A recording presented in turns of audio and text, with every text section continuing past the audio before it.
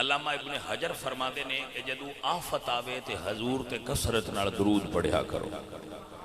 کیونکہ حضور دا ذکر دافع البلاء والوباء والقحط والمرض والعلم ہے، تو کثرت نال درود پڑھیا کرو۔ دوسرا یہ وے کہ اپنے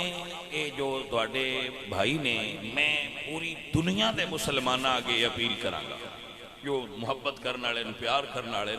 کہ بھائی دنیا دے کام تے ہوندے ہی رہندے نے، کوشش کرو کہ یہ جو مال تو اللہ دیتے ہے او دے چو کچھ مال جتنا استطاعت دے مطابق مناسب سمجھو او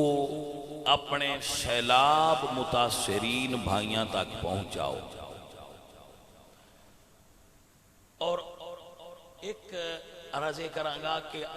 سواد پورا تاں ہوتا ہے جدو اس بندے تک پہنچے جیڑا حقدار ہے۔ ظاہر سارے لوگ تے پھر نہیں نہ جا سکتے سفر کر کے، لوگاں دے حصے دا بھی کام کیتا انہاں کو لے کے توڑ بڑھایا ہے، اے امانت ہے، چاہو اللہ دے راہ تے خرچ کرو۔ اور میں جس جماعت تے سب تو زیادہ اس حوالے نال اعتماد کرنا وہ میری جماعت دعوت اسلامی، میں سب سنگیاں رکھاں گا کہ تسی دعوت اسلامی دیو، الحمدللہ رب العالمین حضور دے دین تے خرچ کرنا لی جماعت ہے، اور میں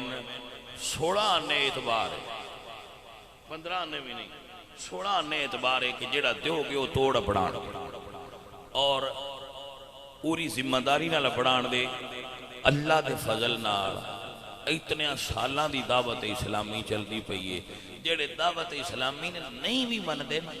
یہ آج تک کسے نہیں آکھیا وہ انہاں دوتے مالی طور تے کوئی سانے عدم اعتماد ہے یا وہ مال غبن کر دے، نہیں،